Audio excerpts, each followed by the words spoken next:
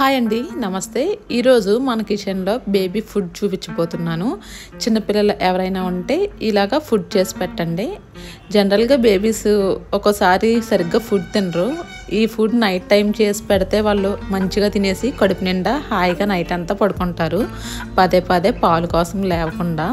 ఒకసారి ఈ విధంగా ట్రై చేసి చూడండి. 7వ నెల పిల్లల దగ్గర నుండి పెట్టచ్చు. ప్రాసెస్లోకి వెళ్ళిపోదాం. ఫస్ట్ గిన్నె పెట్టుకొని గిన్నెలో ఒక 2 టేబుల్ స్పూన్లు బియ్యం వేసుకొని డ్రై రోస్ట్ లాగా చేసుకోవాలి. అంటే బియ్యాన్ని వేపుకోవాలి.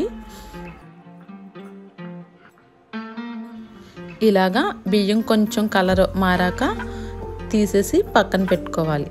తర్వాత అదే గిన్నెలో మళ్ళీ 2 స్పూన్ల గోధుమ రవ్వ వేసుకోవాలి. బియ్యం ఎంతైతే తీసుకున్నామో అంతే రవ్వ కూడా వేసుకొని దాన్ని కూడా కొంచెం డ్రై రోస్ట్ లాగా చేసుకోవాలి, కలర్ చేంజ్ అయ్యేంత వరకు.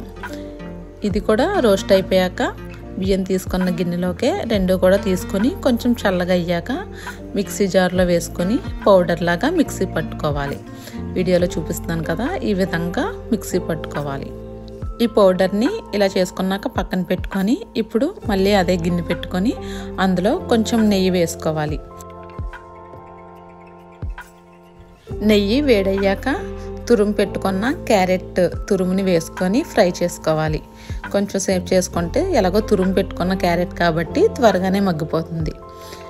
ఒక్క క్యారెట్టే కాదండి, ఇందులో బంగాళదుంప కూడా తురుముకొని వేసుకోవచ్చు. అలాగే స్వీట్ పొటాటో ఉంటుంది కదా, అది కూడా తురుముకొని వేసుకోవచ్చు. నేనైతే మా బాబు కోసం ఓన్లీ క్యారెట్టే వేసి చూపిస్తున్నాను. ఈ విధంగా క్యారెట్ ఫ్రై అయ్యాక అందులో ఒక్క కప్ వరకు వాటర్ వేసుకోవాలి. వాటర్ పోసుకొని వాటర్ బాయిలింగ్ రావాలి.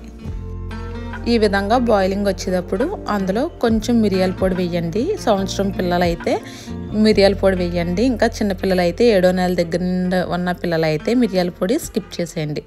అందులోనే కొంచెం జీరా పౌడర్ వేసుకోండి. కొంచెం సాల్ట్ వేసుకొని అదంతా బాగా కలిసేలాగా కలుపుకోండి.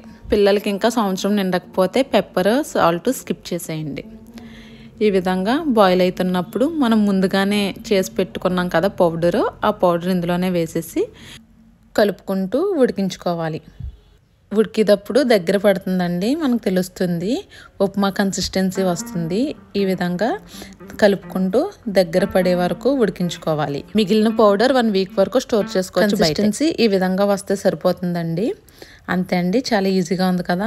ఇలాగే చేసి పిల్లలకు పెట్టండి, హాయిగా తిని చక్కగా పడుకుంటారు నైట్ టైం.